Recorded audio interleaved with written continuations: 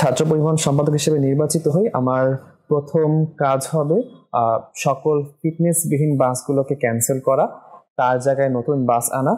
হল থেকে ডিপার্টমেন্টে বাস শাটল বাস সিস্টেম রাখা যায় এবং সেটা বিনামূল্যে করা যায়। বর্তমানে আছে শাটল বাস সিস্টেম, বাট সেটা বিনামূল্যে না, একটা নির্দিষ্ট পরিমাণ টাকা দিতে হয়।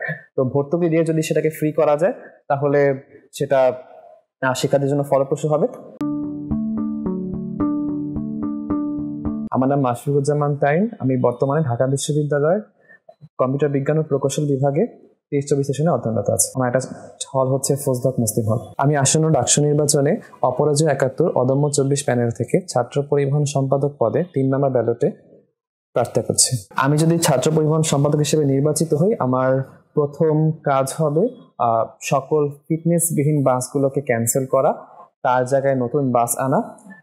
বিআরটিসির আন্ডারে যে বাস সিস্টেমটা আছে সেটাকে সমাধান করতে একটা সময় সাপেক্ষ ব্যাপার।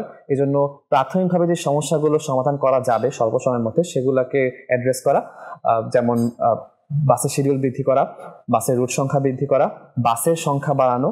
একই সাথে আমাদের ঢাকা বিশ্ববিদ্যালয়ের আভ্যন্তরীণ চলাচলের ক্ষেত্রে রিক্সা রয়েছে, এছাড়া রয়েছে শাটল বাস। এখন রিক্সা ভাড়া ফিক্স না। ঢাকা বিশ্ববিদ্যালয়ের এক প্রান্ত থেকে আরেক প্রান্ত, যেমন কবি সুফিয়া কামাল হল থেকে যদি ভিসি চত্বর যেতে হয় সেক্ষেত্রে 70 থেকে 80 টাকা রিক্সা ভাড়া গুনতে হয়। একজন শিক্ষার্থী যদি প্রতিদিন এই পরিমাণে টাকা ব্যয় করে তাহলে তার মাসিক খরচ অনেক বেড়ে যাবে। সেক্ষেত্রে যদি হল থেকে ডিপার্টমেন্টে বাস শাটল বাস সিস্টেম রাখা যায় এবং সেটা বিনামূল্যে করা যায়। বর্তমানে আছে শাটল বাস সিস্টেম, বাট সেটা বিনামূল্যে না, একটা নির্দিষ্ট পরিমাণ টাকা দিতে হয়। তো ভর্তুকি দিয়ে যদি সেটাকে ফ্রি করা যায় তাহলে সেটা শিক্ষার্থীর জন্য ফলপ্রসূ হবে।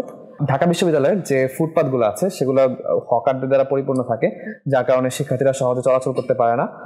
এই ফুটপাথগুলোকে দখল মুক্ত করা হবে আমার অন্যতম একটি কাজ।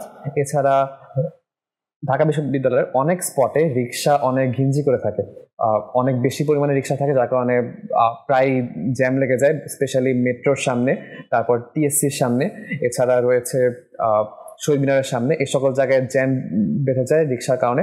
সো ঢাকা বিশ্ববিদ্যালয় এরিয়ার মধ্যে যাতে একটা নির্দিষ্ট পরিমাণে রিক্সা থাকে, প্রয়োজনের চেয়ে বেশি না, প্রয়োজনের চেয়ে কম না, ফিক্স করে দেওয়া রিক্সা ভাড়া এবং একই সাথে রিক্সার পরিমাণ, সেটা হবে আমার অন্যতম একটা কাজ। আমি শিক্ষার্থীদের উদ্দেশ্যে বলতে চাই, আমি পার্সোনালি নিয়মিত বাসে যাতায়াত করি। সেক্ষেত্রে আমি যে সমস্যাগুলো ফেস করি সেটা শুধুমাত্র আমার না, সেগুলো বাস দিয়ে যাতায়াতকারী সকল শিক্ষার্থীদের। তো স্বাভাবিকভাবেই আমি সেই সমস্যাগুলো নিজে উপলব্ধি করতে পারি। এই সমস্যাগুলো সমাধান করার জন্য আমি প্রয়োজন বোধ করি যে এই সমস্যাগুলো অ্যাড্রেস করা দরকার। তো আমি যদি নির্বাচিত হতে পারি, উল্লেখিত এই সকল সমস্যাগুলো আমি সমাধান করার চেষ্টা করব যত কম সময়ের মধ্যে সম্ভব।